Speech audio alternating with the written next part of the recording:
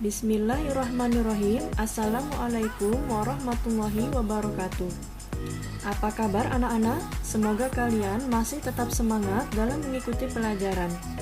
Baiklah, kita akan masuk kepada pelajaran IPS Terpadu kelas 8.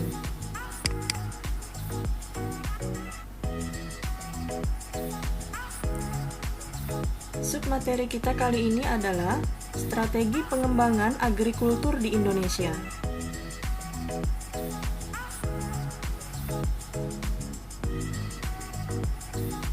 Tujuan pembelajaran kita adalah setelah proses belajar mengajar, diharapkan siswa dapat mampu mengidentifikasi strategi pengembangan agrikultur di Indonesia.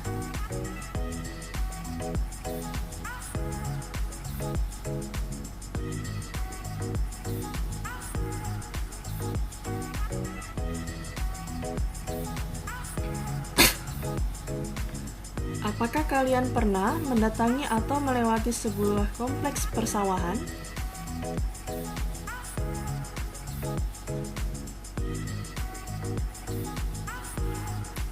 Beberapa strategi yang dapat dilakukan pemerintah dalam mengembangkan agrikultur di Indonesia.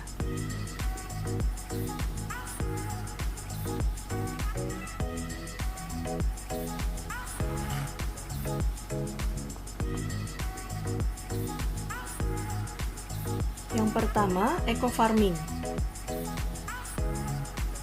Strategi eco-farming merupakan peningkatan sistem budidaya di sektor pertanian yang ramah lingkungan dan terintegrasi dengan kearifan lokal di setiap daerah di Indonesia.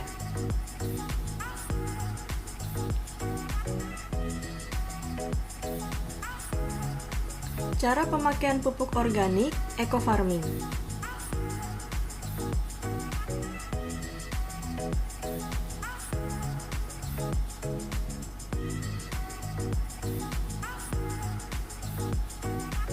Yang B, distribusi pupuk secara merata.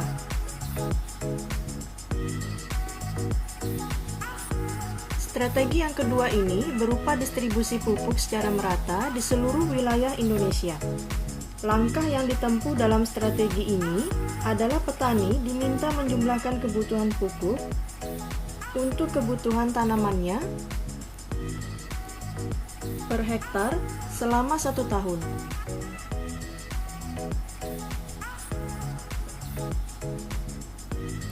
Dengan cara ini, pemerintah akan dapat mengetahui kebutuhan pupuk selama 1 tahun, sehingga dapat menyediakan stok pupuk sesuai dengan kebutuhan petani.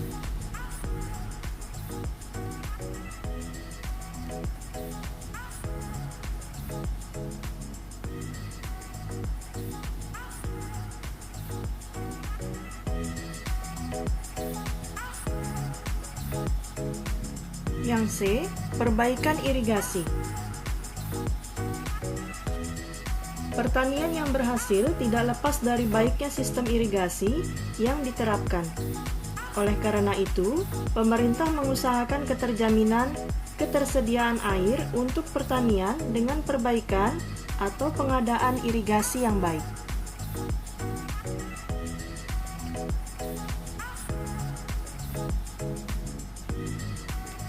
Strategi lain yang dapat dilakukan di sektor agrikultur atau pertanian adalah melakukan pembangunan dan perbaikan sebagai sarana pendukung sektor pertanian.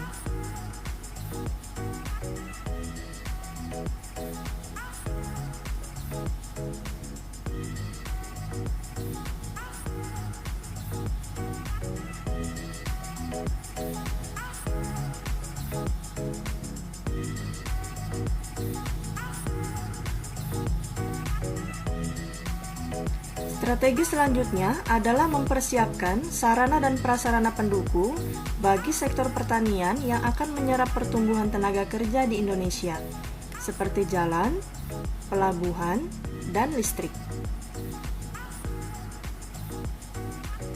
Serta membuka lahan baru sebagai tempat yang dapat membuka lapangan pekerjaan bagi masyarakat Indonesia. Mutu sumber daya manusia yang mampu memberikan konsultasi bagi petani dalam meningkatkan produktivitasnya perlu ditingkatkan lebih maksimal lagi.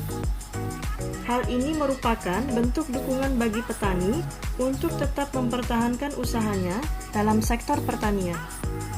Tanpa adanya dukungan, akan semakin banyak tenaga kerja dan lahan yang akan beralih ke sektor-sektor lain, yang pastinya lebih menarik.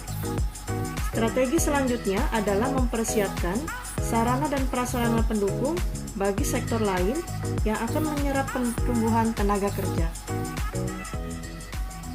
Sarana utama yang dapat mempercepat pertumbuhan di sektor ini seperti jalan, pelabuhan, dan listrik. Sarana tersebut akan mempermudah distribusi hasil panen serta distribusi faktor produksi bagi petani. Struktur perekonomian di Indonesia sekarang merupakan cerminan dari arah perekonomian yang dilakukan di masa lalu. Pada masa Orde Baru dan Reformasi juga telah menunjukkan bahwa sektor pertanian masih menjadi sektor penting yang membuka banyak lapangan pekerjaan bagi masyarakat Indonesia. Sektor pertanian juga menyediakan pangan bagi masyarakat Indonesia. Dan pada saat ini, kita mempunyai kesempatan untuk mempersiapkan kebijakan yang dapat membentuk struktur perekonomian di Indonesia di masa depan. Namun, beberapa permasalahan yang dihadapi sektor pertanian di masa kini perlu segera dibenahi.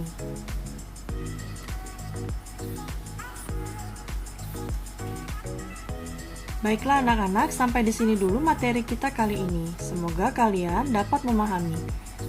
Alhamdulillah. Terima kasih. Wassalamualaikum warahmatullahi wabarakatuh.